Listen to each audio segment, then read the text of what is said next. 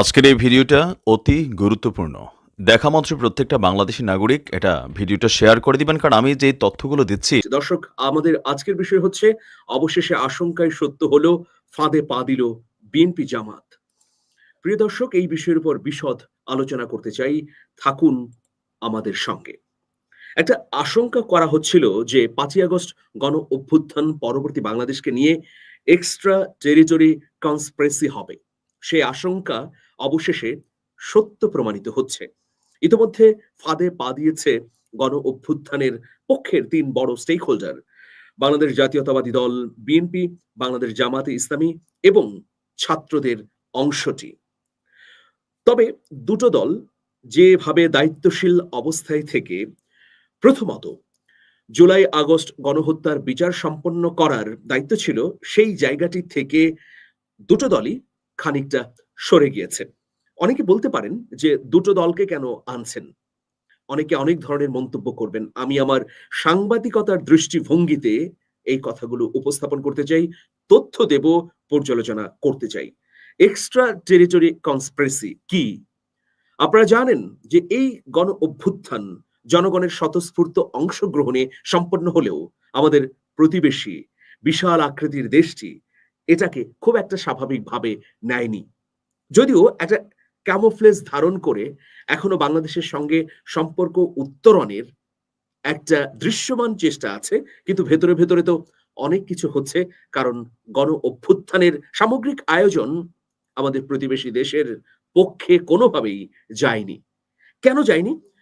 সে আলাপ যদি করি, সে আলাপ অনেক বড় হবে। তবে ছোট আকারে বলা যায় যে প্রতিবেশী দেশ কেবলমাত্র একটি সরকার, কেবলমাত্র একটি দল এবং একজন ব্যক্তির সঙ্গে শক্তপোক্ত সম্পর্ক গড়েছিল। প্রতিবেশী দেশও না বলে আমরা যদি আরো সূক্ষ্মভাবে বলি যে আমাদের প্রতিবেশী দেশের বর্তমান ক্ষমতাসীন দল বিজেপি। যাই হোক, এক্সট্রা টেরিটরি কনস্পিরেসির মূল বিষয় হচ্ছে বাংলাদেশের গণ অভ্যুত্থানের ৩ গুরুত্বপূর্ণ স্টেক হোল্ডারের মধ্যে বিভেদ তৈরি করা, এই গণ অভ্যুত্থানের মর্মার্থকে দুর্বল করে দেয়া। গণ অভ্যুত্থানের তাৎপর্য, গণ অভ্যুত্থানের যে মাহাত্ম্য, সেটাকে দুর্বল করা গেলে আবারও এখানে ফ্যাসিবাদকে প্রতিষ্ঠিত করা যাবে। এই চক্রান্ত দেশে বিদেশি নানা পক্ষ থেকে হচ্ছে। সেই চক্রান্তের ফাঁদে ইতোমধ্যে পা দিয়েছে বড় দুটি রাজনৈতিক দল বিএনপি এবং জামাত। ছাত্রদের পক্ষের সঙ্গেও বিএনপির দূরত্ব তৈরি হয়েছে। তার মানে ৩ টি গুরুত্বপূর্ণ স্টেক হোল্ডার এখন পরস্পর বিরোধী অবস্থানে রয়েছে। সাম্প্রতিক সময়ে জামাতের পক্ষ থেকে একটি বক্তব্য আসে যে বাংলাদেশে ২ টি পরীক্ষিত দল সেনাবাহিনী এবং জামাত। এই বক্তব্য নিয়ে বিএনপির মধ্যে তোলপাড়। বিএনপির বিভিন্ন পর্যায়ের নেতারা তুমুল নেতিবাচক মন্তব্য করছেন এই বক্তব্যের উপর ভিত্তি করে। অন্যদিকে ২-৩ দিন আগে ডক্টর মিজানুর রহমান আজহারী তিনি একটি বক্তব্য দিয়েছেন। একদল খেয়ে গেছে, আরেক দল খাবার জন্য রেডি হয়ে আছে। এই বক্তব্যকেও বিএনপি স্বাভাবিকভাবে নেয়নি। তুমুল নেতিবাচক প্রতিক্রিয়া দেখানো হয়েছে। আজকে বাংলাদেশ জাতীয়তাবাদী মুক্তিযোদ্ধা দলের অনুষ্ঠান থেকে জামাতের বিরুদ্ধে শক্তভাবে অবস্থান নিয়েছে বিএনপির শীর্ষ নেতারা। কেন এমনটি হচ্ছে? প্রিয় দর্শক, দুটো রাজনৈতিক দলকেই দায়িত্বশীল ভূমিকায় অবতীর্ণ হওয়া প্রয়োজন। দুটো দায়িত্বশীল দলের মধ্যে কেন এটা হবে? কারণ ১৬ বছর ২ দলই ভয়াবহভাবে আক্রান্ত হয়েছে ফ্যাসিবাদের। এখন সুসময়ে, যে সময়ে নির্বিঘ্নভাবে কাজ করতে পারছে বিএনপি এবং জামাত, সেই সময়ে কি আসলে নিজেদেরকেই পরস্পর প্রতিপক্ষ ভেবে ধ্বংসের পথ তারা বেছে নেবে? প্রিয় দর্শক, আমরা বিপ্লব পরবর্তী সময়ে কি দেখছি? কতগুলো নেতিবাচক বিষয় দেখছি। সেই পুরনো অভিযোগ এবং পুরনো বয়ানের পুনরাবৃত্তি, যেটাকে বলা হতো ফ্যাসিবাদের বয়ান, যেটা হচ্ছে প্রতিবেশী দেশ থেকে আমদানি করা বয়ান, স্বাধীনতা বিরোধী রাজাকার ধর্ম ব্যবসায়ী। অবশ্যই এই নেতিবাচক কথাগুলোর সঙ্গে এই নেতিবাচক গুণ বিশিষ্ট মানুষ থাকতে পারে। কিন্তু সামগ্রিকভাবে যখন এই দেশে রাজনীতির মধ্যে এই বয়ান ঢুকে যায়, তখন বিভক্তির একটা ভয়াবহ দেয়াল তৈরি হয়। অন্যদিকে এই সব বক্তব্যের পরিপ্রেক্ষিতে জামাতও বিভিন্ন পর্যায়ে জবাব দেওয়া শুরু করেছে। প্রশ্ন হচ্ছে, ১ম প্রশ্ন যে ফ্যাসিবাদের বয়ান কেন চলবে বাংলাদেশে? কারণ এই বাংলাদেশে যারা ফ্যাসিবাদের বিরুদ্ধে লড়াই করেছে, 5ই আগস্ট গণ অভ্যুত্থান তৈরির জন্যে ব্যাপক রক্ত দিতে হয়েছে। এখানে বিএনপির নেতাকর্মীরা যেমন রক্ত দিয়েছে, জামাতের নেতাকর্মীরা রক্ত দিয়েছে, ছাত্ররা দিয়েছে, অন্যান্য রাজনৈতিক দলের পক্ষ থেকেও তুমুল এবং জোরালো অবস্থান নেওয়া হয়েছে। বামপন্থীদেরও কোনোভাবে খাটো করা যাবে না, তাদেরও ভূমিকা রয়েছে। অন্যান্য দলগুলোর তো রয়েছে, সে যত ছোট দল হোক না কেন। তাহলে যখন সম্মিলিতভাবে বাংলাদেশকে এগিয়ে নেবার ক্ষেত্রে বা গণ অভ্যুত্থানের পরের প্রেক্ষাপটে যারা নিহত হয়েছেন, যাদেরকে আমরা শহীদ বলছি, যারা আহত হয়েছেন, অঙ্গহানি হয়েছে, তাদের বিচারের জন্য একাট্টা হয়ে সবাই সরকারকে বারবার তাড়া দেবে। এটাই তো হওয়া উচিত ছিল। কিন্তু সেটা হলো না। না হয়ে কি হলো? এক্সট্রা টেরিটরি কনস্পিরেসির যে বড় অনুঘটক, পরস্পর বিরোধী মন্তব্য, পরস্পর বিরোধী বয়ান আবারও ছুড়ে দেয়া এবং দ্বিধা বিভক্ত অবস্থায় যোজন, যোজন দূরত্ব তৈরি করা। এখন প্রশ্ন হচ্ছে এই যে বিপ্লব পরবর্তী বাংলাদেশের দুটি গুরুত্বপূর্ণ দল বিএনপি এবং জামাত যদি সিদ্ধান্ত নিয়ে থাকে যে তারা আর কোনো জোট করবে না। বিএনপির সঙ্গে এতদিন জামাত জোটে ছিল। তবে বিভিন্ন সময়ে এই সম্পর্ক কখনো উষ্ণতায় গেছে, কখনো শীতলতায় নেমেছে। কিন্তু এখন যদি তারা সত্যিকার অর্থেই চূড়ান্ত সিদ্ধান্ত নিয়ে থাকে যে দুটি দল আলাদা আলাদাভাবে নির্বাচনের মাঠে লড়বে, তারপরেও প্রশ্ন হচ্ছে নতুন বাংলাদেশে কি এই ধরনের বাকযুদ্ধ চলতে পারে? আমরা তো চেয়েছি একটা সৌহার্দ্য সম্প্রীতির বাংলাদেশ, একটা মুখ দেখাদেখির বাংলাদেশ। গত ১৬ বছরে শুধুমাত্র ভিন্ন মতের কারণে রাজনৈতিক নেতৃবৃন্দের মধ্যে মুখ দেখাদেখি বন্ধ ছিল। গত ১৬ বছরে আমরা প্রকটভাবে রাজনৈতিক সাম্প্রদায়িকতাকে দেখেছি। যদিও রাজনৈতিক সাম্প্রদায়িকতা শুরু হয়েছে স্বাধীনতার পর থেকেই, কিন্তু এই ১৬ বছরে আরো জেঁকে বসেছিল আমাদের সর্বত্র। তো এখন সেগুলোরই পুনরাবৃত্তি আস্তে, আস্তে হচ্ছে। একজন আরেকজনের কথার উত্তর দিতে গিয়ে বাকযুদ্ধ পরিণত হচ্ছে ফ্যাসিবাদের অন্য রূপে আমাদের সামনে হাজির হতে আমরা দেখছি। এখন কি করা প্রয়োজন? ফ্যাসিবাদের বয়ান বন্ধ করতে হবে। ধরুন ফ্যাসিবাদের একটা বয়ান হচ্ছে ধর্ম ব্যবসায়ী মৌলবাদী। যদি বিএনপি জামাতকে ধর্ম ব্যবসায়ী এবং মৌলবাদী হিসেবে চিহ্নিত করে, তাহলে এই অপবাদের দাগ কিন্তু বিএনপির উপরই আসে। কেননা গত ১৬ বছর তো বিএনপির সঙ্গে জামাত যুক্ত ছিল। তাহলে জামাতকে মৌলবাদী এবং ধর্ম ব্যবসায়ী গুণে এরা সমৃদ্ধ হওয়া সত্ত্বেও, জামাত ধর্ম ব্যবসায়ী বা মৌলবাদী হওয়া সত্ত্বেও কেন বিএনপি এতদিন তাদের সঙ্গে রেখেছে? এর দায় কি বিএনপির নেই?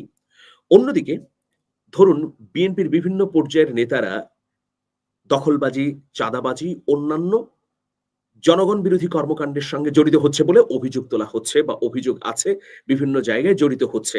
যেটা বিএনপির ভারপ্রাপ্ত চেয়ারম্যান তারেক রহমান বারবার হুঁশিয়ারি করছেন। তো এখন প্রশ্ন হচ্ছে বিএনপির পক্ষ থেকে তো কেন্দ্রীয়ভাবে নির্দেশনা দেওয়া হয়নি নেতাকর্মীদের যে তোমরা চাঁদাবাজি করো। তাহলে এই চাঁদাবাজির জন্যে পুরোপুরি যদি বিএনপির উপর দায় দেওয়া হয়, বিএনপির শীর্ষ নেতৃত্বকে এর জন্যে দায়ী করা হয়, তাহলে কি যথার্থ হবে? তাহলে এখানেও একটা প্রশ্ন আসে যে আপনারা তো মানে জামাতকে বলছি, আপনারা তো ১৬ বছর ধরে বিএনপির সঙ্গে ছিলেন। তাহলে এরা যে চাঁদাবাজি করছে, আপনাদের সংস্পর্শে এসেও কি তারা ভালো হতে পারেনি? বা এর দায় কি আপনাদের নেই? কারণ আপনাদের তো জোটসঙ্গী। জামাতের জোটসঙ্গী বিএনপি। বিএনপির চাঁদাবাজি যদি বিএনপির সামগ্রিক আচরণ হয়, এটাকেই যদি বিএনপির বৈশিষ্ট্য ধরা হয়, তাহলে সেই দায় কি জামাত এড়াতে পারে? আবার অন্যদিকে জামাত যদি রাজাকার, ধর্ম ব্যবসায়ী, মৌলবাদী হয়, তার দায় কি বিএনপি এড়াতে পারবে? সুতরাং অনেক জটিল পরিস্থিতি। সকল ফুটেজ, ডকুমেন্ট, পত্র-পত্রিকার তথ্যাদি জাতির সামনে উপস্থাপিত আছে।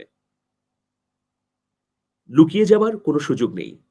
বিএনপি এবং জামাত গত ২ দশকে যে সম্পর্কের সেতু গড়েছে, সেই সম্পর্কের সেতুর তথ্যাদি তো এদেশের মিডিয়া ধারণ করে রেখেছে। সামাজিক যোগাযোগ মাধ্যমে ছড়িয়ে ছিটিয়ে আছে। একজন আরেকজনের বিরুদ্ধে যখন বিষোদ্গার করছে, তখন সেই দায়, সেই কাদা দুটো দলের গায়ের উপরই লাগছে। এখন প্রশ্ন হচ্ছে যে বিএনপি জামাতের শুভাকাঙ্ক্ষী হিসেবে কাজ করতে পারে। আবার জামাত বিএনপির শুভাকাঙ্ক্ষী হিসেবে যদি কাজ করে তাহলে সঠিক পথে চলাটি হয়। যেমন বিএনপির বিরুদ্ধে যে অভিযোগগুলো উঠছে দখলবাজি, চাঁদাবাজি, নানা বিষয়ে, সেই বিষয়ে জামাতের কেন্দ্রীয় নেতৃত্ব যদি বিএনপির নেতৃত্বের সঙ্গে বসে আন্তরিকতার সঙ্গে এগুলো অ্যাড্রেস করে বা বলে যে এগুলো শুধরানো প্রয়োজন, তাহলে কি হবে? তাহলে একটা সমাধান বের হতে পারে কিনা?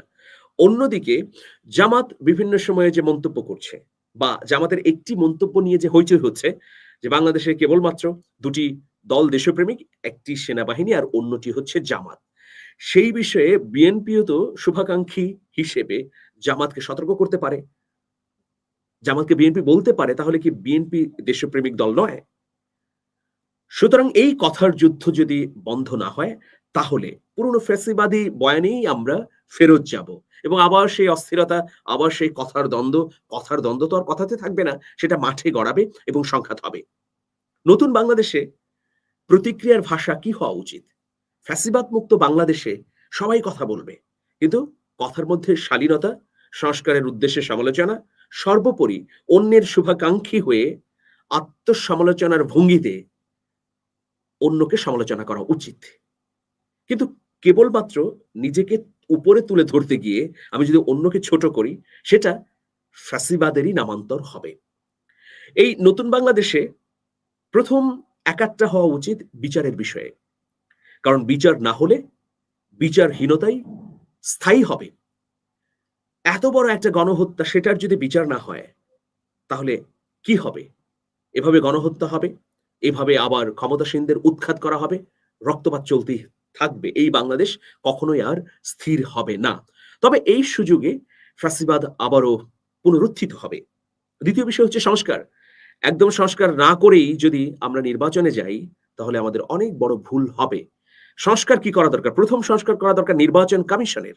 একটা শক্তপোক্ত ব্যবস্থা তৈরি করা দরকার, যে ব্যবস্থার মধ্য দিয়ে আগামী নির্বাচনে একটা একদম সাধারণ মানুষ যেন স্বস্তির নিঃশ্বাস নিয়ে বলতে পারে, আমার ভোট আমি নির্বিঘ্নে দিতে পেরেছি। এখন দেখুন, যদি সেই সংস্কারটুকু না হয়, যদি শৃঙ্খলা বাহিনীর শক্তপোক্ত নিরাপত্তা ব্যুহ তৈরি না হয়, তাহলে আগামী নির্বাচনের ক্ষেত্রেও দেখা যাবে কেন্দ্র দখল, ভোট মারা হচ্ছে, কারচুপি করা হচ্ছে। কারণ ক্ষমতার ক্ষেত্রে পেশিশক্তি একটা ভয়াবহ অপনিয়ামক। আপনি যদি শুধু নিয়মের কথা বলেন, আইন শৃঙ্খলা রক্ষা না করতে পারেন, সেই পরিমাণ আপনার সক্ষমতা না থাকে, তাহলে আপনি যতই সংস্কার করুন না কেন, যতই নিয়ম তৈরি করুন না কেন, সেই নিয়ম কেউ মানবে না। মানুষ সারা পৃথিবীর একই রকম। নিয়ম করতে হবে এবং নিয়ম প্রয়োগের জন্য মানুষকে বাধ্য করতে হবে, আর অবাধ্য হলে শাস্তির ব্যবস্থা করতে হবে। সুতরাং এখনো কিছুটা সময় আছে। দ্রুত দ্রুত সময় পেরিয়ে যাচ্ছে। যদি ২ টি দল উপলব্ধি না করে, কেউ বলতে পারেন, ইতোমধ্যে বলছেন যে কেন ২ টি দলের কথা বলছেন? এক দল চাঁদাবাজি করছে, তাহলে তাদের বিরুদ্ধে অভিযোগ উত্থাপিত বেশি হচ্ছে, তাহলে তাদেরকে বলছেন না কেন? না, ২ টি দলই যদি দায়িত্বশীল না হয়, ২ টি দল যদি সর্বোচ্চ আন্তরিকতা না দেখাতে পারে, তাহলে এই পরিস্থিতির উত্তরণ হবে না। সোশ্যাল মিডিয়ায় অনেক জামাতের কর্মী ভাইরা বলছেন যে চাঁদাবাজদের সঙ্গে কখনোই আমাদের ঐক্য হবে না। আমার প্রশ্ন হচ্ছে যে জামাত দীর্ঘদিন বিএনপির সঙ্গে রাজনীতি করেছে। বিএনপির নেতাদের সঙ্গে সখ্যতা রয়েছে, আন্তরিকতা রয়েছে। ফ্যাসিবাদ বিরোধী লড়াইয়ের লড়াকু দল হিসেবে ২ টি দলই একটা রক্তগঙ্গা পেরিয়ে এসেছে। তাহলে কেন ২ টি দল এক বিন্দুতে সমঝোতায় আসতে পারবে না দেশপ্রেমের ক্ষেত্রে, দেশকে পুনর্গঠনের ক্ষেত্রে? একবার কি ভেবে দেখবেন? অন্যদিকে এই যে ছাত্রদের একটা প্রতিনিধিত্বকারী সংগঠন তৈরি হচ্ছে, তাদের অবিলম্বে শক্তপোক্ত অবস্থান তৈরি করতে হবে। নইলে বিপ্লব বেহাত হয়ে যাবে। যাদের নেতৃত্বে বিপ্লব সাধিত হয়েছে, তাদের অবশ্যই একটা বড় অবস্থান থাকা প্রয়োজন। জনগণ এমনটি প্রত্যাশা করে। সবাই ভালো থাকবেন। সবার জন্য শুভেচ্ছা নিরন্তর। আল্লাহ হাফেজ।